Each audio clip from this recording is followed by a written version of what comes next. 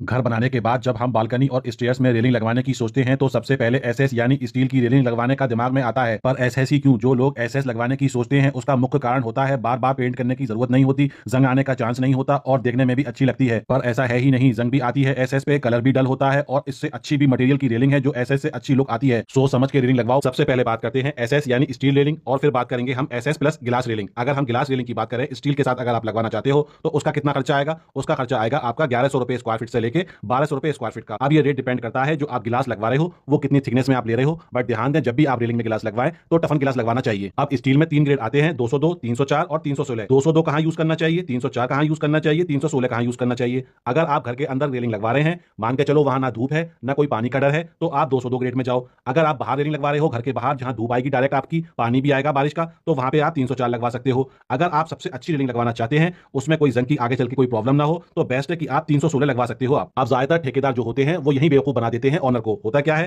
कि आपको 304 के पैसे लेंगे और 202 लगा देंगे। तो जब भी आप स्टील लें उस पर स्टाम्प होती है वो देख लें। अगर कटिंग में पाइप आ रहा है तो इसका एक केमिकल आता है चेक करने का। मान के चलो आप 202 के ऊपर डालोगे तो उसका कलर चेंज हो जाएगा। मान के चलो केमिकल आपका ग्रीन कलर का है तो वो रेड कलर का हो जाएगा। अगर आप 304 या 316 पे डाल रहे हो वो केमिकल, अगर वो ग्रीन कलर का केमिकल है तो वो ग्रीन ही रहेगा। अब इन ग्रेड के अंदर गेज भी आते हैं। गेज में भी आपको ठेकेदार बहुत ज्यादा बेवकूफ बना सकते हैं। 16 गेज भी आता है, 18 भी आता है, 20 भी आता है। 20 गेज हमें कभी भी यूज नहीं करना है अपने घर में, बहुत हल्का पाइप होता है। 18 या 16 गेज आप यूज कर सकते हो। अगर बात करें 304 ग्रेड की, अगर हम मटेरियल ले रहे हैं अपनी रेलिंग लगवाने के लिए, तो वो क्या रेट पड़ेगा? वो हमें 280 रुपए से लेके 310 रुपए केजी के आसपास पड़ जाएगा। अगर इसकी लेबर कॉस्ट की बात करें तो लेबर कॉस्ट आपका 100 रुपए से लेके 150 रुपए के आसपास मिल जाएगा। अगर हम वही बात करें इसके 202 ग्रेड की, तो 202 ग्रेड आपका 650 से लेके 750 के आसपास पड़ जाएगा स्क्वायर फीट में। एक बात का ध्यान आपको जरूर देना है, जब भी आप स्टेयर्स यानी सीढ़ियों पर रेलिंग लगवा रहे हो, एक स्टेयर छोड़ने के बाद पिलर देना चाहिए। अगर आपने 2-3 स्टेयर छोड़ने के बाद पिलर दिया तो वो आगे चल के पूरी रेलिंग आपकी हिलने लगेगी। जब भी आप घर पे अपनी रेलिंग बनवा रहे हैं, वेल्डर को बोल दें लोकल जो आप उसकी रॉड आती है वेल्डिंग वाली वो यूज नहीं करना है, उसकी फिनिशिंग बिल्कुल बेकार आती है।